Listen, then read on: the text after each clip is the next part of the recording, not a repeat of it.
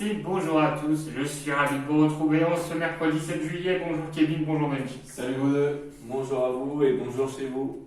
Vous êtes sur le plateau du Club Euro 2.0, nous sommes là pour vous présenter la deuxième demi-finale Angleterre-Danemark. Et ce sera Benji qui vous la présentera.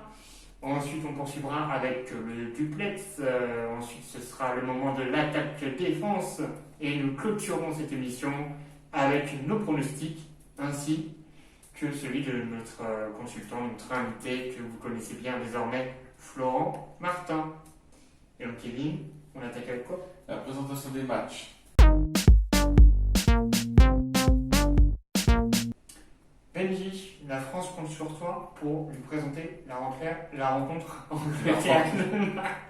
Angleterre-Danemark, oui tout à fait. Donc ils se sont déjà affrontés à 19 reprises avec 12 victoires de l'Angleterre, 4 matchs nuls et 3 victoires du Danemark.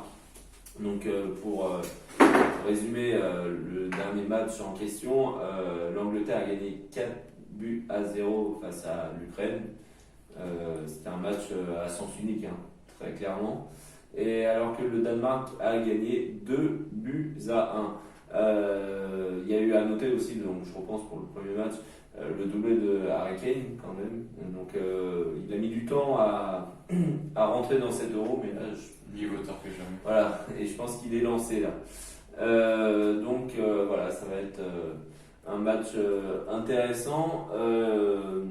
À noter qu'ils se sont rencontrés en 1992 à l'occasion de l'Euro et le score avait été de 0 à 0. Donc comme ça, c'est pour la petite... Est-ce que ce sera un bis répétiteur?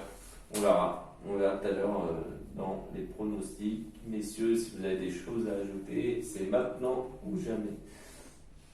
Non, je pense qu'en donnant le score de l'Ukraine-Angleterre, t'as un peu tout dit, enfin de ce que moi je pense. En plus, ils vont être chez eux pour jouer cette demi-finale. Donc, après, bon, le Danemark, on en reparlera tout à l'heure aussi, donc je vais me taire. Et toi, Kevin, est-ce que tu as quelque chose à rajouter? Ben oui. J'ai dit à chaque fois que le Danemark allait se retrouver au tour suivant.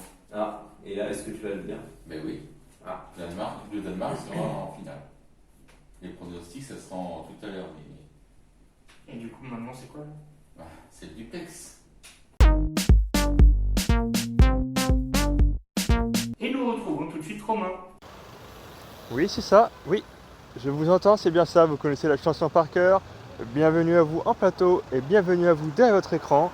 On se retrouve aujourd'hui pour le duplex en compagnie de Montaigne qui veut m'accompagner pour faire le duplex. Aujourd'hui, on va parler d'une petite anecdote qui concerne les tirs au but. Ah non, les tirs au but c'était hier, aujourd'hui on parle des pénaltys. Avant ces demi-finales, le nombre de pénaltys à 7 euros a été de 16 pénaltys, ce qui constitue un record pour un euro. Mais ce n'est pas le seul record. Il faut savoir que le record de pénaltys dans un match a eu lieu lors de France-Portugal, vous savez. Le match nul de partout avec 3 pénaltys, ce qui est un record. D'ailleurs, Ronaldo a marqué son 3e et 4e pénalty, ce qui est un record une nouvelle fois pour Ronaldo du nombre de pénaltys réussis pour un joueur à l'euro. D'ailleurs, on parlait de la France. La France est le pays qui a concédé le plus de pénaltys malheureusement, avec 13 pénaltys concédés, alors qu'à l'inverse, l'Espagne est le pays qui a eu le plus de pénaltys pour lui en sa faveur, avec 12. Voilà, c'était la petite anecdote qu'on avait, Montaigne et moi, à vous annoncer. Et on se retrouve dimanche, et en attendant, bonne journée à tous. Au revoir. Eh bien, merci Romain. On ne te retrouve pas demain, mais plutôt dimanche. Ça y est, on est aux portes de la finale.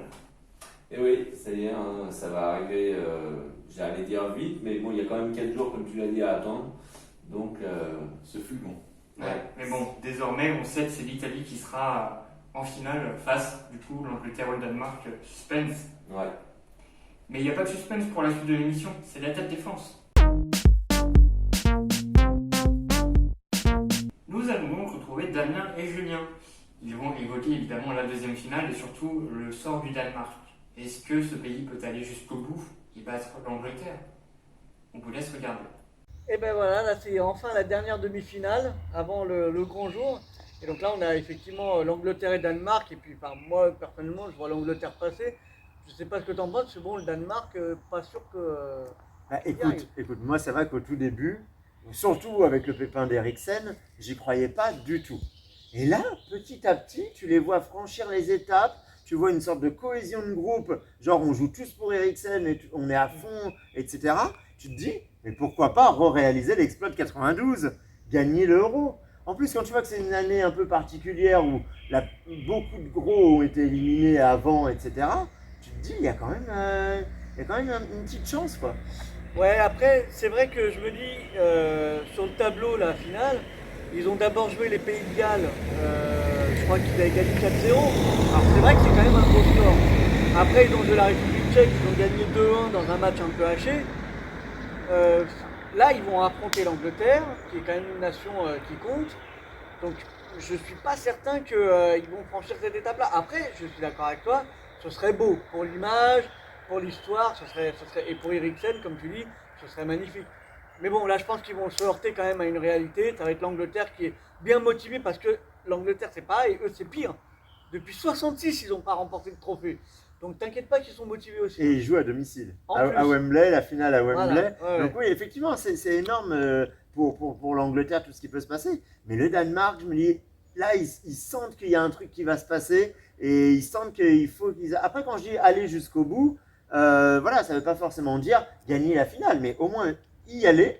Effectivement, après, ils affronteront que des gros, mais bon, pourquoi pas, on verra. Écoute, on verra. Du coup, vu qu'on n'est pas d'accord sur ce sujet, moi, je pars par là. Voilà. Toi, tu pars par là. Exactement. C'est parti. Toi, va voir l'Angleterre, Voilà. moi je vais voir le Danemark. Allez, on fait comme ça. Eh bien, merci Damien, merci Julien. Comme Romain, on vous retrouve dimanche pour la finale. Angleterre ou Danemark? Est-ce que le Danemark va battre l'Angleterre? Qu'est-ce que vous en pensez sans trop nous en dire? Alors Kevin, il va sortir sa phrase. Moi, je vais rester dans ma logique, ça va être le Danemark. Et moi, du coup, moi, je vois que l'Angleterre va quand même battre le Danemark et je les sens bien dans cette lancée, dans cette ligne-là. Donc, on verra ce que ça va donner. Ludo, t'en penses quoi? Oui, comme je l'ai assez dit souvent, là, je vois plutôt l'Angleterre l'emporter sur le Danemark parce que voilà, ils sont en forme, ils sont chez eux. Voilà, ils n'ont jamais gagné ce titre-là, ils n'ont qu'une hâte de le remporter chez eux face au. Après, si je peux me permettre, c'est pas parce qu'ils sont chez eux qu'ils vont gagner. Oui, La France était chez elle en 2016. Ils ont pas perdu. C'est un bon argument. La Russie était chez elle en 2018. Voilà. Ok, bon, Bravo. c'est bon, merci. L'Afrique du Sud était chez elle en 2010. Ouais. Tu vas peut-être rentrer chez toi là, parce que c'est bon là, on commence à m'énerver aussi. Hein. Pardon, je m'emporte un petit peu. Bien, on vient de vous parler de. On vient de nous donner votre avis, mais je vais pas y arriver. On vient de vous donner notre avis sur le cas Danemark. N'hésitez pas vous aussi à nous donner le vôtre en commentant la vidéo sur nos réseaux sociaux. Et on va pouvoir enchaîner avec. C'est quoi la présentation des matchs désormais? Mais non, c'est les pronostics. Les pronostics. Ah, ben oui, les pronostics, merci. Donc voilà, c'est le moment de nous retrouver pour les pronostics.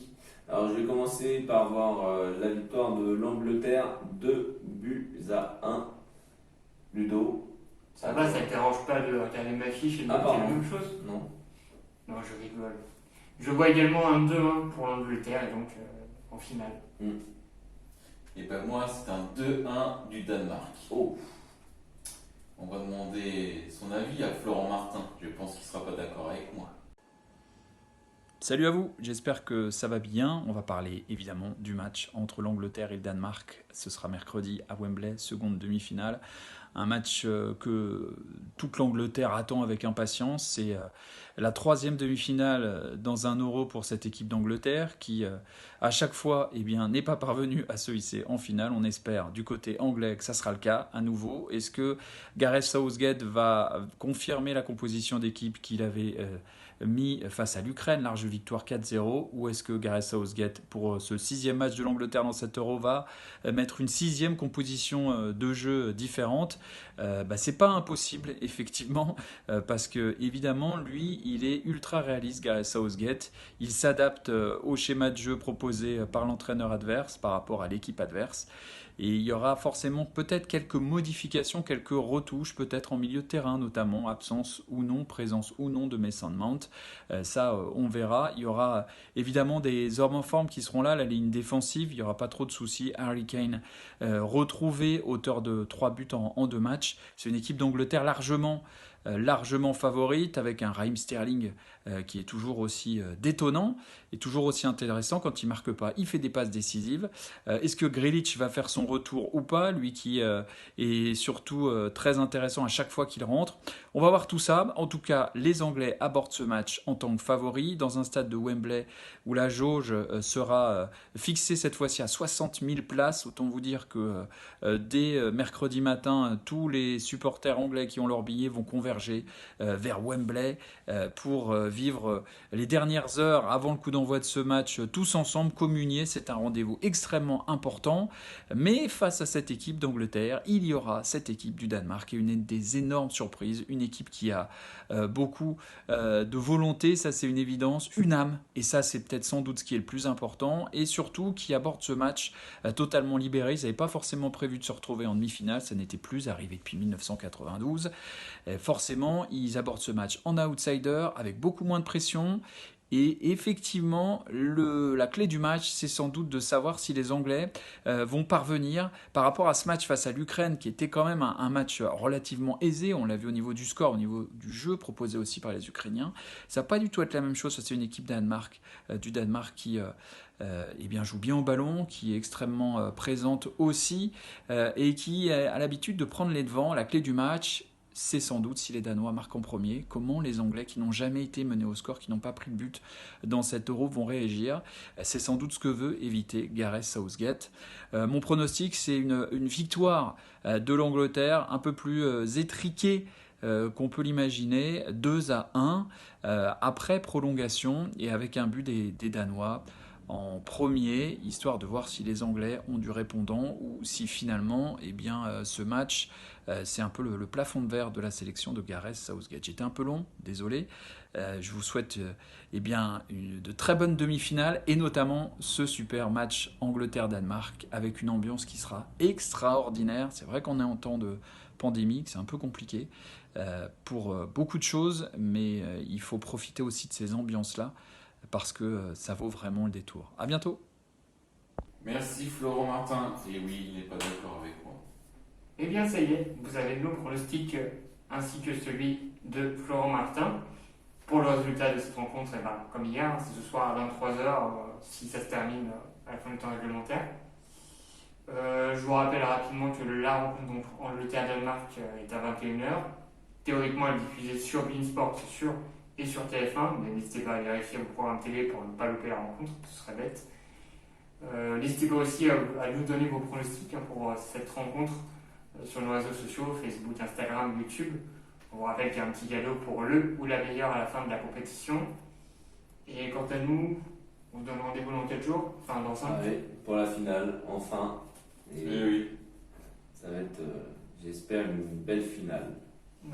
Donc on sera là dimanche à 7h et on espère qu'il en sera de même pour vous. Et non pas à demain du coup, à dimanche. Dimanche. Bonne journée à vous. Salut. Ciao, ciao, ciao, ciao, ciao.